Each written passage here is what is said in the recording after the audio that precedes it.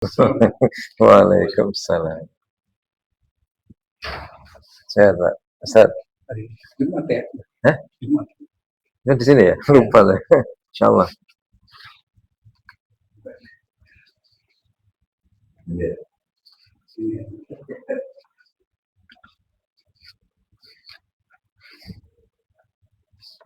Langsung aja untuk hari Minggu.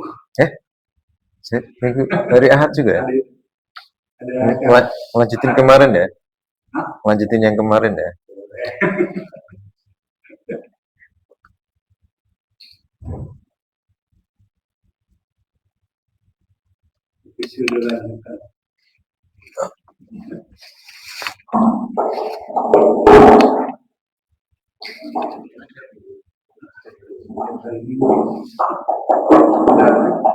Bismillah, Assalamualaikum warahmatullahi wabarakatuh. Alhamdulillahirabbil alamin. Wa bihi nasta'inu ala umuri dunya waddin. Wassalatu wassalamu ala asrafil anbiya'i wal mursalin sayyidina Muhammadin wa ala alihi wa sahbihi wa man tabi'ahum ila yaumiddin. Allahumma anfa' ma 'allamtana wa 'allimna ma yanfa'una. Allahumma inna nas'aluka 'ilman nafi'an wa rizqan thayyiban wa 'amalan mutaqabbalan. Rabbi zidni ilman warzuqni fahma. Rabbi ishrah li sadri wa yassir li amri wahlul 'uqdatam min lisani yafqahu qawli. Allahumma anfa' ma 'allamtana wa 'allimna ma yanfa'una. Allahumma inna nas'aluka 'ilman nafi'an wa rizqan thayyiban wa 'amalan mutaqabbalan. Jamaah salat maghrib yang dirahmati oleh Allah SWT. Alhamdulillah, di kesempatan kali ini kita masih diberikan nikmat oleh Allah SWT, nikmat Islam, nikmat iman, nikmat kesehatan,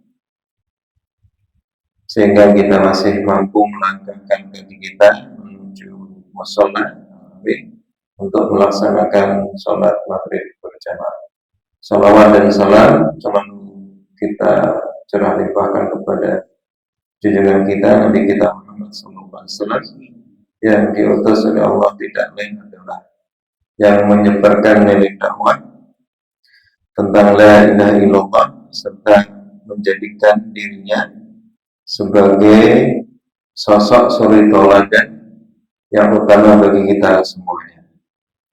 Alhamdulillah, rahimakumullah, untuk kali ini kesempatan pada maghrib ini kita akan melanjutkan hadis yang ke-9 ya. Bab yang ke-9, hadis yang ke-18 ya, tapi di syarah itu 14. Rasulullah SAW ini kalau melihat sanadnya panjang ya, rijal ya, langsung aja. An Abi Darda, dari Abi Darda. Ini Al-Sawi Rasulullah SAW, Abu Darda menyampaikan ke para sahabat lainnya, atau bisa jadi ke tabi'in, murid-muridnya, dan beliau itu terakhir wafatnya di Syam ya, Syam itu ya Irak, Palestina, dan semuanya dekat situ. Abu Darda menyampaikan, Awsani Rasulullah sallallahu alaihi wasallam bi tis'in. Rasulullah berwasiat. Ini berwasiat, bukan menyuruh. Awsa kalau Allah itu berarti amr, memerintahkan. Tapi Rasulullah SAW berwasiat bi tis'in, bi tis'i wasaya, dengan 9 wasiat. Yang pertama, la tusyrik billahi syai'an. Janganlah kamu itu mensyarikatkan Allah dengan sesuatu. Wa in quti'ta aw hurribta. Walaupun kamu itu dipotong. Ini enggak disebutkan dipotong apanya. Bisa jadi dipotong lehernya, bisa jadi dipotong tangannya, bisa jadi dipotong anggota badan yang ada di dalam anggota badan. Al-Hurriqah atau kamu itu dibakar. Wala tatrukanna as-salatal maktubata muta'ammidan. Dan ini menggunakan harfu taukid, pakai nun at-taukid. Wala tatrukanna, dan sungguh janganlah kamu itu meninggalkan as-salatal maktubata, meninggalkan sholat yang diwajibkan, muta'ammidan, secara sengaja. Nanti penjelasannya nanti. Wa man tarakaha muta'ammidan, barang siapa yang dengan sengaja meninggalkan as-sholat al-maktubah, bari'at minhu dhimmah, maka akan berlepas dari itu, lepas. Seperti di surah At-Taubah, bara'atu minallahi wa rasul, akan terlepas darinya ad-dhimmah, jaminan, artinya jaminan kebaikan yang akan didapatkan di akhirat. Wala tashrabanna al-khamra, dan janganlah sekali-kali, bukan wala tashrabanna, dan sungguh janganlah engkau itu meminum al-khamra, khamr, arak, alkohol. Fa innaha miftahu kulli syarr, karena sesungguhnya khamr itu adalah kunci setiap keburukan. Wa ati' walidaika, dan taatilah kedua orang tuamu. Wa in amaraka an takhruja min dunyaka, walaupun kedua orang tuamu itu menyuruh kamu untuk keluar dari duniamu.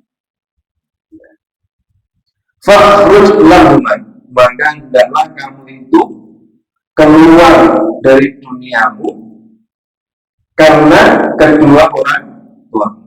Maksudnya karena perintah kedua orang tua.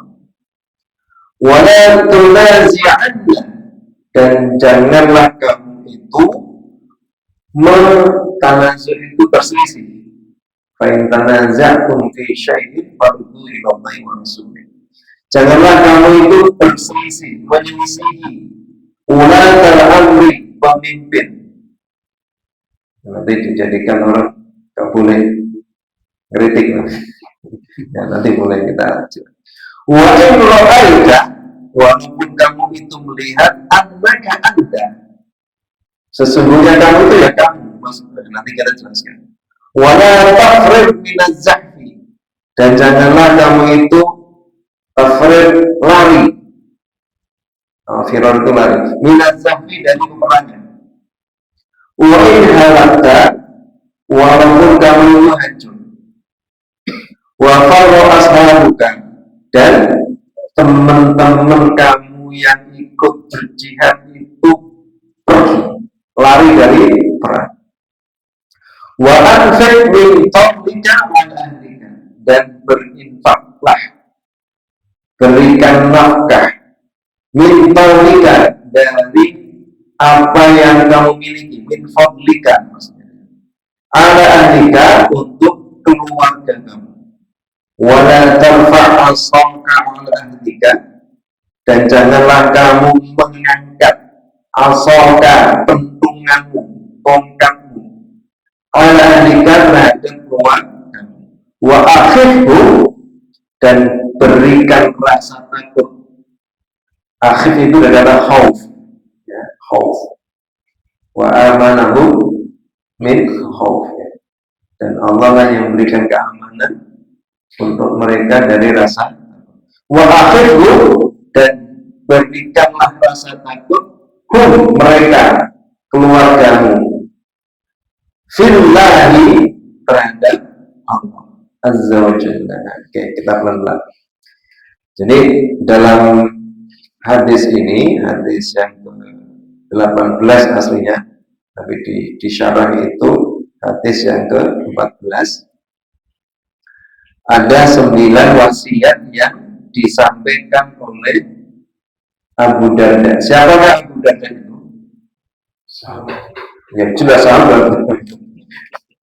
Sahabat Rasul yang terkenal dengan zuhudnya. Ya.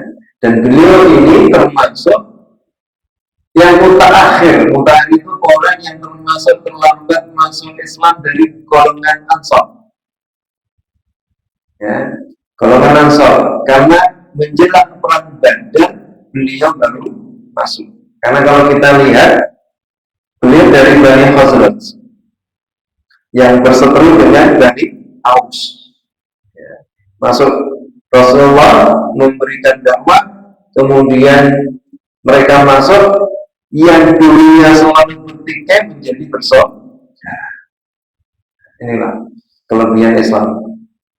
Walaupun dari Cina atau mungkin Yahudi yang masuk Islam, maka jadi bersaudara. Gitu. Wa allafa bainakum fa asbahtum bi nikmati ikhwana. Jadi Abu Darda ini salah satu sahabat yang termasuk paling zuhud. Dan dalam satu penjelasan, Abu Darda ini termasuk yang komitmen dengan sesembahannya. Merawat berhala yang ada di rumahnya itu sangat luar biasa. Tapi memang dia cerdas. Dan beliau juga termasuk salah satu sahabat yang diberikan julukan oleh Rasulullah adalah orang yang paling bijak, Hakimul Ummah. Cerita dia masuk Islam gara-gara suatu ketika salah satu sahabat juga Abdullah bin Ruwaihah itu mengingatkan agar supaya tinggalkan berhala itu. Ya. Tapi karena dia memang orang yang loyal, apapun yang terjadi selalu komitmen dengan apa yang ia yakini. Suatu ketika Allah takdirkan berhala yang ia sembah itu jatuh. Ya, jatuh. Kemudian Allah bukakan pikirannya sampai ngomong begini, andaikan engkau memang adalah Tuhan, maka nggak mungkin kamu jatuh kemudian rusak. Nah, dari situlah ia datang ke Rasulullah SAW, kemudian menyatakan dirinya masuk Islam, kemudian dipersaudarakan dengan Salman Al-Farisi. Dulu pernah saya sampaikan cerita Salman ya. Dan Salman memang cerdas. Dan dipersaudarakan dengan Abu Darda yang sangat zuhud ini. Dan Abu Darda ini pernah diingatkan oleh Salman Al-Farisi. Salman menginap di rumah. Dan ini juga pernah dikeluhkan oleh istrinya, saking zuhudnya. Ya, saking zuhudnya. Disampaikan dalam satu penjelasan, Abu Darda ini kalau malam itu selalu bangun malam, dan bangunnya itu nisful lail, betul-betul dengan malam. Ya. Qumil laila illa qalila nisfahu aw inqus minhu aw zid alaihi wa rattilil Qur'an tartila. Bangunlah setengah hari, setengah malam, atau kurang dari setengah malam itu, atau tambah, berarti masih mungkin. Kalau sekarang jam berapa? Isya. Jam 7 lebih ya. Atau sekarang ada maghrib jam berapa? Jam 5:08 ya, tapi jam 6 kan? Berarti sampai jam berapa? Subuh. Subuh itu jam 4:43, 45:43 ya. Kalau Muhammadiyah 4:51 karena ditambah 8 menit kalau Muhammadiyah. Karena memang kata Thomas yang termasuk ahli falak itu menyatakan memang seharusnya ditambah 8 menit seharusnya. Karena memang Thuluthul Fajr itu 8 menit setelah adzan yang kita tetapkan, yang ditetapkan oleh kemenang. Ya. Nah, jadi kalau kita hitung berapa jam ini? Pertengahan malam dari jam 6 sampai jam 4, setengah 5 lah jamnya. Itu berapa? Kira-kira tengah malam jam berapa? Jam 11. Nah itu sudah sholat malam. Bahkan pulang itu sudah bangun malam sampai subuh. Itu Abu Darda. Ini kisah cerita saja. Nah, ketika Salman Al-Farisi itu berada di rumah Abu Darda, memang sahabat itu saling mengunjungi dan menginap. Itu sudah biasa. Kalau nanti kita lihat sejarah para sahabat itu seperti itu. Menginap maksimal berapa hari? 3 malam. Nah, seperti itu sudah kebiasaan. Nah, sehingga kezuhudannya itu sangat biasa. Malam itu bangun malam, kalau siang puasa. Jadi seperti itu. Sampai istrinya menolak kepada sahabat Salman Al-Farisi, sehingga beliau pun menginap di rumahnya dan mengingatkan, saling mengingatkan bahwa saubil amri wa tawassaw bis sabr. Maka melihat hal itu, akhirnya Salman Al-Farisi menginap, kemudian ketika berada di rumah Abu Darda, Salman dibangunkan di pertengahan malam betul. Kemudian Abu Darda enggak mau mengingatkan, nanti sulusain lain 2/3 malam. Berarti kurang lebih jam berapa? Jam 2 baru bangun. Ini terus kemudian pada pagi harinya Salman Al-Farisi menyampaikan, sesungguhnya kamu itu punya hak terhadap diri kamu, tapi jasadmu juga punya hak terhadap diri kamu. Ketika mendengar hal ini, Abu Darda mendatangi Rasulullah SAW karena merasa dihalangi untuk lebih banyak ibadah. Konfirmasi. Tapi Rasulullah. Kemudian Rasulullah mengiyakan siapa? Abu Darda atau Salman? Membenarkan badan kamu itu punya hak. Memang Allah punya hak bagi kamu karena memang Allah itu menciptakan makhluk untuk beribadah. Tapi jasad juga punya hak. Dan dari situlah tersadarkan. Sampai kata istrinya itu, bajunya itu rusuk, nggak seperti Pak Supati, bajunya rapi terus.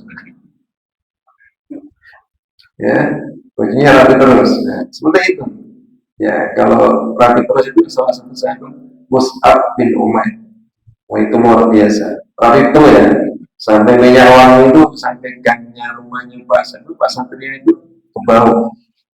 Itu Mus'ab bin Umair saat beliau masih menjadi orang kaya, tetapi ketika masuk Islam jadi orang paling termiskin. Ya, sampai ketika meninggal itu mau ditutup kain kafan gak nyambung. Kalau ditarik ke atas kelihatan kakinya, kalau ditarik ke bawah kelihatan kepalanya. Itu sahabat Mus'ab bin Umair radhiyallahu anhu. Ya. Nah, kembali ke sini. Jadi Abu Darda akhirnya tersadarkan. Nah, beliau pun diberikan wasiat oleh Rasulullah SAW. Yang pertama, la tusyrik billahi syai'an. Ada 9 ya, ada 9. Ya, la tusyrik billahi syai'an wa in kunta aw khurikta. Ya. Walaupun kamu itu dipotong tangan kamu, leher kamu, dan seterusnya. Mungkin saya pernah cerita bagaimana Gulam. Masih ingat? Gulam itu calon penyihir dari raja, yang dia punya penyihir yang dimiliki raja udah tua, maka dia mencari generasi penerusnya. Nah, disebutkan ini cerita yang panjang. Ya, kayak mau cerita saya, belum pernah ya. Yakin ini tempat lain. Jadi ada yang dinamakan Gulam. Gulam ini ada sepanjang. Gulam ini adalah satu anak yang masih sangat muda, boleh dikatakan remaja, dan ia terpilih untuk menjadi calon penyihir negara. Kira-kira keren kan? Keren kan? Jadi istilahnya penyihir negara itu luar biasa, nomor satu. Maka dia diambil oleh penyihir yang sudah tua itu untuk dilatih, untuk diajari, sehingga kemudian dia pergi melewati suatu ya bahasanya satu gua atau tempat ya, yang dimana itu ada rahib yang mengajarkan sesuatu yang menurut pandangan bulan ini adalah sedikit aneh. Kemudian dia belajar, diajari tentang la ilaha illallah, ya bahwasanya tidak ada yang menguasai alam semesta ini adalah Allah. Hari belajar, kemudian sebelum dia berangkat ke istana untuk belajar sihir, dia datang ke air tersebut, diajari terus, sehingga sang penyihir ini mengamati, kamu kok datangnya terlambat terus, dikaji, dicari apa kenapa dia terlambat, akhirnya ketahuan dia belajar dengan rahib dan punya keyakinan bahwa saya tidak ada yang mampu menguasai alam semesta ini kecuali Allah SWT. Akhirnya ketahuan, kemudian digali siapa pengajarnya, maka rahib itu akhirnya dibunuh. Terus si Gulam ini masih punya keyakinan. Suatu saat ia melewati satu jalan yang ada binatang buas. Kemudian dia pengen ngecek ini, apakah benar yang diajarkan rahib ini adalah benar. Binatang buas datang yang menghalangi masyarakat untuk melewati jalan tersebut. Akhirnya dengan satu keyakinan, kalau memang yang diajarkan oleh rahib ini adalah benar, dengan kerikil ini, bismillah, apakah benar itu bisa mati? Akhirnya mati. Ini termasuk keyakinan yang menyatakan la ilaha illallah. Kemudian akhirnya apa? Setelah rahibnya dibunuh, kemudian dia ditawari kembali supaya kembali kepada milah atau ajaran yang dibawa rahib sihir. Kan sihir termasuk salah satu dari al-kabair, dosa besar. Tapi si Gulam ini tidak mau, tetap yakin dengan hal itu. Kemudian dibawa ke gunung, mau dimasukkan ke kawah. Tapi ya Allah, kalau engkau memang ingin menolong agama ini, maka tolonglah saya. Akhirnya tertolong. Yang masuk ke kawah sih prajurit-prajurit yang membawanya. Seperti itu. Kemudian dibawa ke laut dan dia berdoa kepada ya Allah, kalau memang engkau adalah penolong, kemudian ingin agama ini benar-benar terdakwakan, maka tolonglah aku. Yang tenggelam sih prajuritnya, ya, ashabul ukhdud, kan ada ayatnya kan, ya. Kemudian dia dikembalikan kepada raja untuk dikembalikan kepada milah, kepada jalan yang mau, tapi nggak mau, dipanah nggak pernah mati. Akhirnya apa? Si Gulam ini mengatakan kepada raja, raja, kalau engkau ingin membunuhku, maka pakailah panahku ini, dan sebelum engkau memanah diriku, engkau baca Bismillahirrahmanirrahim dengan menyebut nama Allah, Rabbnya bulan, Tuhannya bulan. Akhirnya dengan panah yang satu itu bisa terbunuh. Padahal dipanah oleh raja, dipanah oleh ahli panah, nggak bisa kena.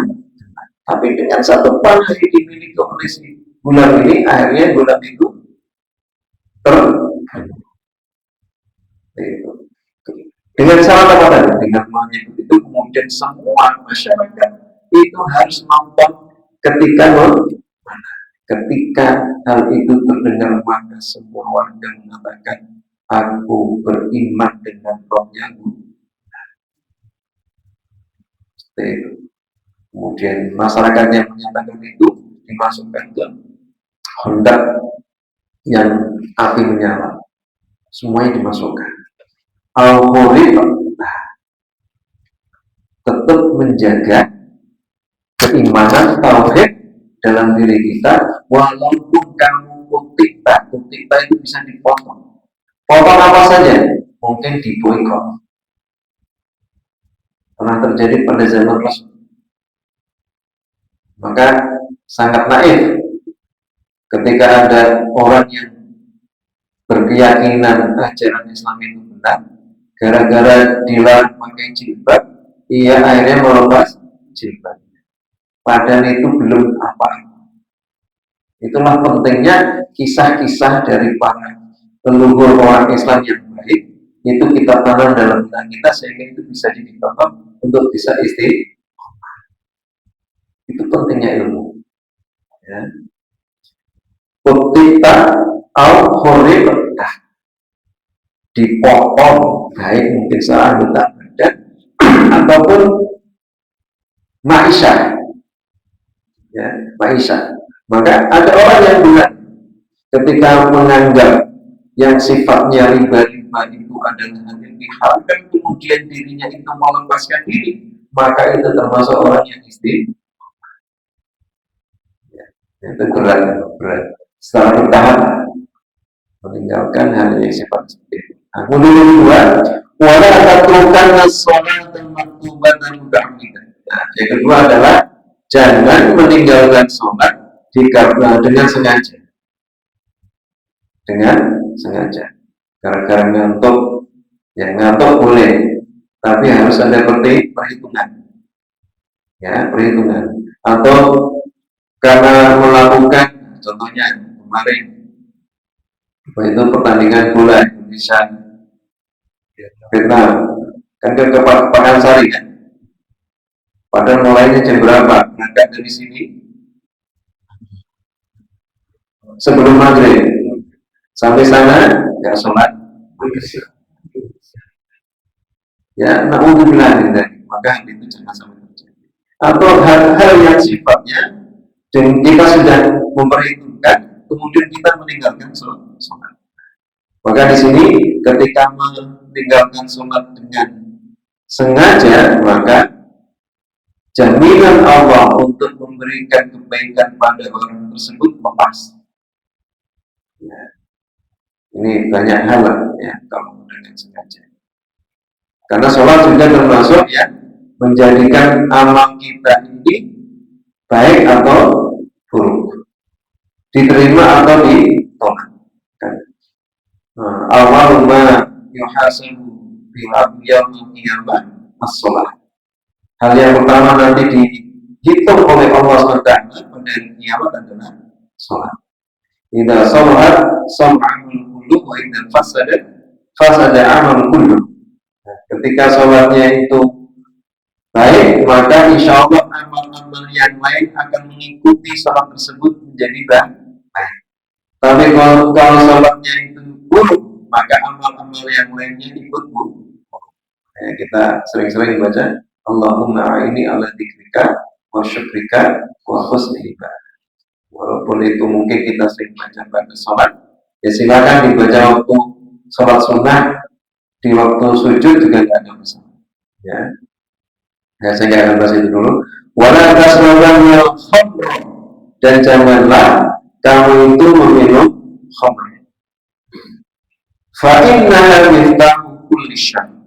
Sesungguhnya khamr itu adalah kunci dari berbagai macam keburukan. Makanya di sini kenapa kok Rasul melarang?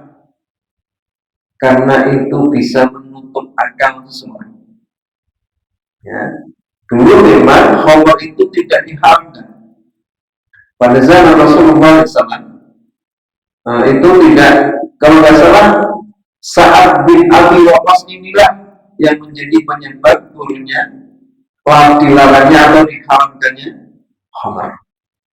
Karena dulu ada orang sholat karena habis minum khamar itu nggak jelas doa yang dibaca. Ya, maka di sini li'anna al-insana yaqidu aqlahu wa bidzalika qad yaqa'u fi syirki wal kufri wa zina wa syahadatul zur wa sayyul qabaih.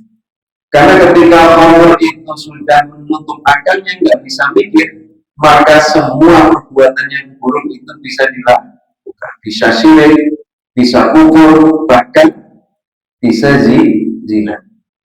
Dalam kitab Tahdhirul Ghafilin itu juga ada cerita seorang rahib itu disuguhi 3 berzina, khamr, bunuh anak. Dia merasa khamr ini kelihatannya paling ringan, akhirnya dia milih khamr, ya, sampai mabuk, akhirnya akalnya tertutup, akhirnya malah menzinai wanita yang ada di depannya. Kemudian karena takut terbuka, akhirnya membunuh anak yang ada di depan. Semuanya dilakukan. Naudzubillah min dzalik. Ya, oke. Karena khamr juga termasuk umum fawahish. Karena khamr itu juga termasuk induknya kekejian. Nah, tadi contoh cerita tadi kan. Uang itu termasuk dari salah satu dosa besar. Man syariba wa ma'ana ummihi wa khalatihi wa ammatihi. Bahkan dikarenakan minum khamr ini bisa jadi orang itu bisa menzinai ibunya, bisa menzinai bibinya, atau bisa menzinai anak kan. Waliyadzubillah. Ya, oke. Nah, sekarang yang keempat, ini terkait dengan bab yang kita bahas yang ada di dalam kitab Adabul Mufrad ini, ya. Wa'ati walidaika, dan taatilah kedua orang tua. Wa in amaroka, walaupun kedua orang tuamu itu menyuruh kamu antakhruja, kamu keluar min dunyaka fakhruj lahuma, maka keluarlah kamu dari duniamu karena perintah kedua orang tua. Ini menjadi sesuatu yang perlu kita garis bawahi, ya. Rasulullah mengatakan wa'ati, ini fi'il amr, perintah Rasul untuk mentaati. Bahkan Rasulullah menggambarkan kalau kedua orang tuamu itu kamu keluar dari dunia, maka keluar dari dunia. Ini bisa dibayangkan. Kalau dulu nggak mungkin bisa dibayang. Keluar dunia berarti nggak bisa nafas, sehingga mati. Artinya apa? Walaupun perintah kedua orang tuamu itu bisa merenggut nyawa. Artinya selama perintah kedua orang tuamu itu adalah kebaikan, maka taati. Ya. Maka taati. Ini tadi sudah saya baca belum sih judulnya? Belum ya? Tentang bab berbuat baik kepada orang tua selama itu tidak maksiat, itu babnya. Ya, oke. Jadi intinya apa? Walaupun keluar dari dunia itu seakan-akan nggak masuk akal. Tapi kira-kira hal tersebut itu menyalahi sisi aturan Allah atau tidak? Kalau hanya sebatas keluar dari dunia. Bahasa kita, kamu keluar dari Jakarta, dari Betawi, kamu ke sana, berdakwah. Orang tua nyuruh itu, maka tetap harus ditaati. Kamu pulang kampung, nggak ada kepikiran nanti kerja apa ya? Walaupun berat, fihi wujubu ta'atil abawaini ala kulli halin ma lam yakun fi maksiatin. Ini penjelasannya memberikan satu keterangan. Fihi, di dalam hadis ini wa atik walidaika wa in amaraka an takhruja min dunyaka fakhruj lahuma. Ini menunjukkan satu kewajiban mentaati kedua orang tua setiap apapun kondisi, malam yakun fi maksiatin, selama perintah itu tidak dalam keadaan, tidak dalam maksiat. Nah, seperti siapa? Sahabat yang pernah kita bahas, Sa'ad bin Abi Waqqas. Ya, Sa'ad bin Abi Waqqas itu sampai mengatakan apa? Ibu, kalau engkau memiliki nyawa 100, maka aku tetap berada di ajaran Rasulullah SAW. Kuat nyawa kamu keluar satu saja. Termasuk dalam hal ini kemarin juga pernah saya sampaikan terkait dengan keadaan atau posisi seorang anak terhadap orang tua. Ya. Ketaatan itu harus dilaksanakan. Malam yakun fi maksiatin, selama tidak dalam maksiat. Kenapa? Ini ada dasar-dasarnya. Yang pertama, karena hadis Rasulullah SAW yang kemarin kita bahas, anta wa maluka li abika. Dasarnya kenapa kok kita tetap harus mentaati apapun perintahnya selama itu tidak dalam maksiat? Karena diri kita dan apa yang kita miliki adalah milik orang tua. Ya.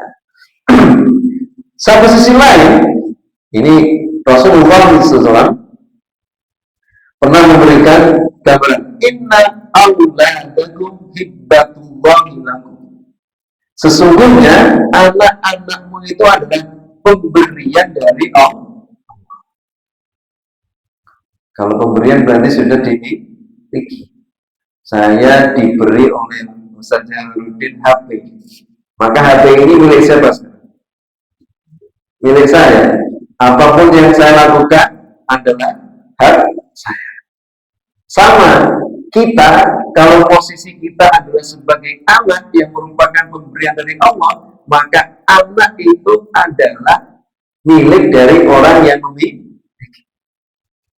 Kita ini milik siapa? Secara umum memang milik Allah, tapi secara dasar yang lain itu menunjukkan kita ini adalah milik orang tua kita. Dengan dasar tadi, anta wa maluka li abika. Kemudian di dalam ayat lain dalam surat Asy-Syura, yahabu liman yasha'u inathan wa yahabu liman yasha'u dhukur. Dialah Allah SWT yang dengan kehendaknya itu memberikan inathan, cewek, ya, anak cewek. Wa yahabu liman yasha'u dhukur, dan Allah juga memberikan dengan kehendak Allah adzukur, laki-laki. Artinya Allah itu dengan kehendaknya akan memberikan kepada siapapun yang dikehendaki anak laki-laki ataupun anak perempuan. Ya, ini contohnya. Ya, maka di sini disebutkan fahu wa amwaluhum lakum ida ihtajtum ilaiha.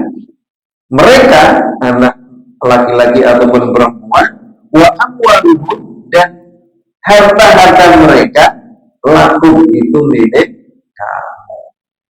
Ida tahjatuh, ketika kamu itu membutuhkan. Makanya nggak ada cerita seorang ayah, seorang ibu kalau ngambil punya anaknya itu mencuri, kecuali hukum manusia. Nah, sekarang kita mau pilih yang mana? Kita sebagai orang Islam mau ambil hukum manusia atau hukum? Ya udah, itu satu pilihan. Mana yang lebih kita utamakan? Secara hukum negara, maka itu boleh dikatakan mencuri. Tapi kalau hukum Islam, maka itu bukan mencuri. Kesalahan besar kalau kita mengatakan orang tua kita itu mencuri dari harta yang kita miliki. Ya, nggak mungkin kita ini bisa membalas apa yang telah diberikan oleh orang tua di dunia ini. Walaupun ada hadis yang menyatakan seperti itu. Ya. Ya, kemudian yang ke berapa? Kelima. Setelah khabar, setelah taat pada orang tua, wala tunazi'anna mulatal amri. Janganlah kamu membangkang terhadap ke pemerintah. Nah, ini yang dipakai oleh beberapa kelompok. Boleh nggak mengkritik?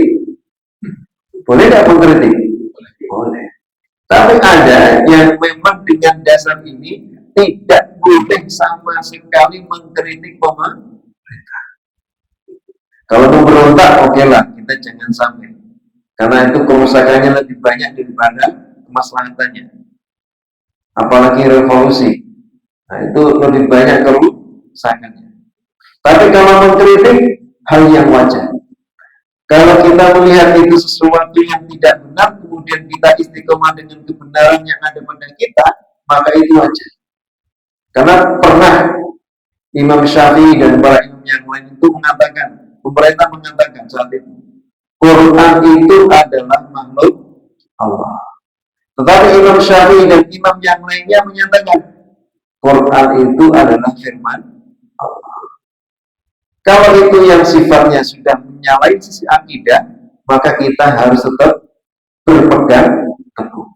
Alaikum bisunnati wa sunnata khulafa'ir rasyidin al-mahdiyyin min ba'di. Satu kewajiban perintah Rasulullah yang mengatakan, engkau hendaklah itu berpegang teguh dengan sunnah yang aku berikan dan sunnah yang dibiasakan oleh para khulafa'ir rasyidin. Ya, oke, kita pelan-pelan. Saya mengutip Imam Nawawi di sini disebutkan. Waqala Nawawi. Imam Nawawi pernah menyampaikan, la tunazi'u ulatal umuri fi wilayatihim wa la ta'taridu alaihi. Janganlah engkau itu membangkang kepada ulatal umur, pemerintah. Ya. Fi wilayatihim, dalam kepemerintahan mereka, walan ta'taridu alaihim, dan janganlah engkau membangkang mereka. Illa, nah ini ada ketetapannya, ya, pengecualiannya, antara minhum mungkaran muhaqqan. Kamu boleh membangkang ketika kamu itu melihat mereka itu melakukan kemungkaran yang hakiki. Kemungkaran hakiki. Ta'lamunahu min qawaidil islami, yang mana kamu tahu kemungkaran yang hakiki ini adalah didasari pengetahuan kamu dengan apa? Qawaidil Islam, kaidah-kaidah Islam. Ya.